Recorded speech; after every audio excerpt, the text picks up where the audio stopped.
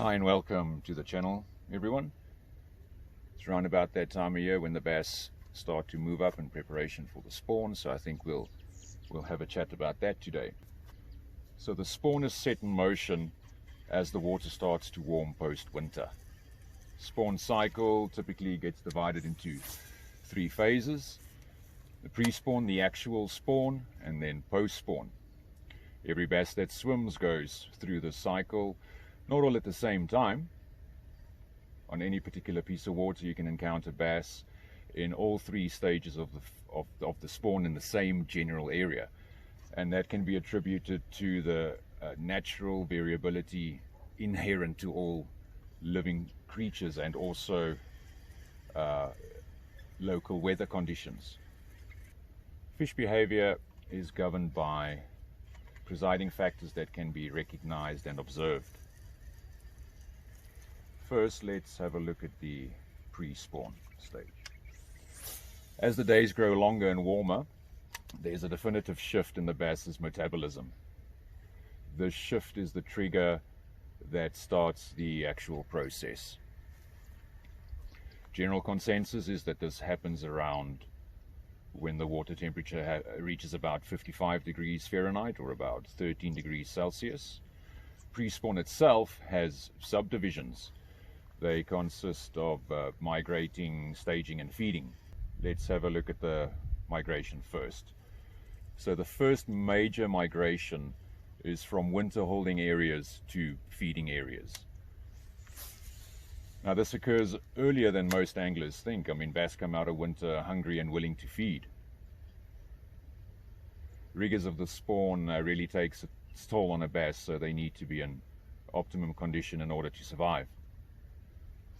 Now, migration is a relative term. The word suggests long-range movement, as can be found with land mammals, but one needs to have perspective. In this case, this little farm pond, that migration might only be a couple of feet, whereas on larger bodies of water that might be a couple of 100 meters. Winter areas and feeding areas are once removed, however. Second migration is from feeding areas to bedding locations. So bedding locations are often shallow, sun-baked areas with hard substrate bottom composition. The water needs to be in the high 50s to mid 60s for that shift to take place. Sudden cold front could delay that and push fish back off into deeper water until conditions stabilize again enough so for them to move up. Now remember, I'm referring to temperature about 2 to 4 foot below the surface and not the actual surface water temperature. There's a difference between those two. Larger the body of water, the longer it'll take to warm up. Same goes for water clarity. Stained water warms up quicker than clear water. Now looking at staging, when bass are migrating, they utilize stopping points along the way, either to rest or to acclimate or to wait for conditions to stabilize. Perhaps frontal conditions made the barometer jump up and down. So staging areas are what we as anglers refer to as breaks or cover or structure. Staging behavior is defined as the aggregation of traveling bass in key locations.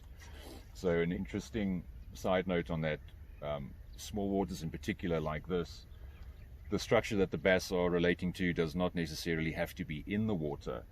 Overhanging trees like we have in the background, fence posts, stuff like that, they just need something to relate to. I'm sure that you've seen bass early season suspended just below the surface. So what that guy is doing, he's essentially just acclimating to the depth that he's going to be spawning at. So these fish are normally super skittish. They've just come from deep water, they're exposed, they're vulnerable, they're not quite happy where they are, and they need a bit of time to adjust.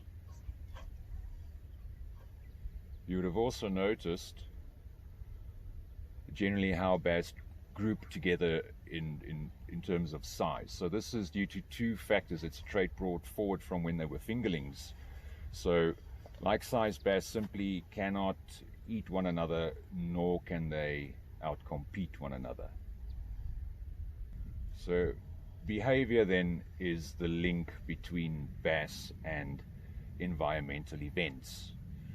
They act according to conditions, and we as anglers can benefit greatly by understanding and then also correctly interpreting those behavioral patterns. I think we'll have to cut it short. I don't think we've got time for more in this video. Stay tuned for part 2. Thank you for watching.